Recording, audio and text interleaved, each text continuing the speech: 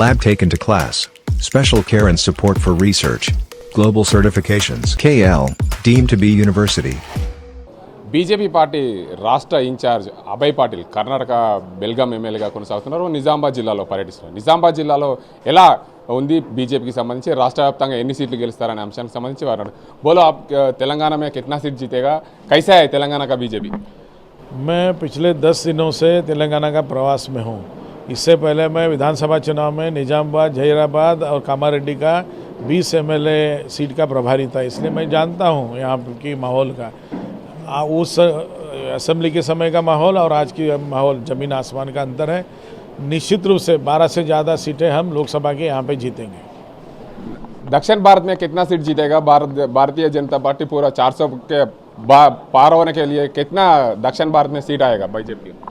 नहीं, खासकर आप जानते हैं कि जो भी रुझान है, जहाँ से माहौल बन रहा है, कर्नाटक में 24 से ज़्यादा हम जीत रहे हैं, अलायंस का और 2 जीतेंगी जनता दल का, तो 26 से ज़्यादा हमारी सीटें आएंगी 28 में।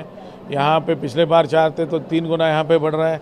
और ख़ास करके तमिलनाडु में भी हमारा ये बार जो पिछले भी ज़्यादा परफॉर्मेंस डबल टिबल रहेगा, और आंध्रा में भी।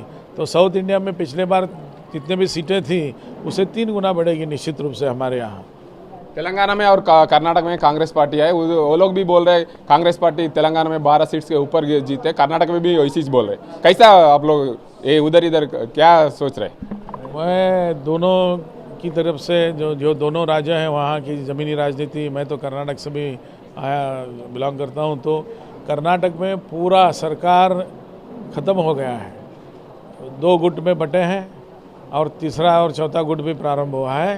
सरकार कोई चीज़ ही नहीं है कर्नाटक में, इसलिए कर्नाटक का तो उनका परफॉर्मेंस सबसे कम रहेगा। वो चाहते हैं, वो समझते हैं कि 15-20 आएंगे, 3 से ज़्यादा सीटें कर्नाटक में कांग्रेस की नहीं आएंगी। और यहाँ का जो है, आपको पता है कि जो कांग्रेस पूरे देश में चुनाव लड़ने के लिए आपका तेलंगाना का सरकार की एटीएम बनाया उन्होंने, इसलिए रेवंत टैक्स प्रारंभ हुआ है, उसी के माध्यम से चुनाव लड़ना चाहते हैं।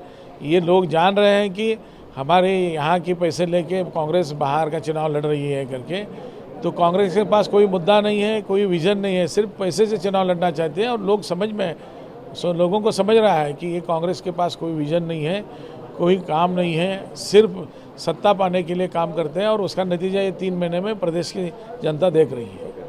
మొత్తంగా చూసుకోవచ్చు తెలంగాణ రాష్ట్రంలో 12కు పైగా సీట్లు గెలుస్తాం, అదే కర్ణాటకలో 26కు పైగా ఎంపీ సీట్లు గెలుస్తామని చెప్తున్నారు. మొత్తంగా దక్షిణ భారతదేశంలో బీజేపీ పుంజుకుంటుందని చెప్పి కర్ణాటక ఎమ్మెల్యే తెలంగాణ రాష్ట్ర ఇన్ఛార్జ్ అభయ్ పాటిల్ చెప్తున్నారు. ఇది ఇక్కడ పరిస్థితి. కెమెరా పర్సన్ అజీంతో గంగారెడ్డి, RTV నిజామాబాద్.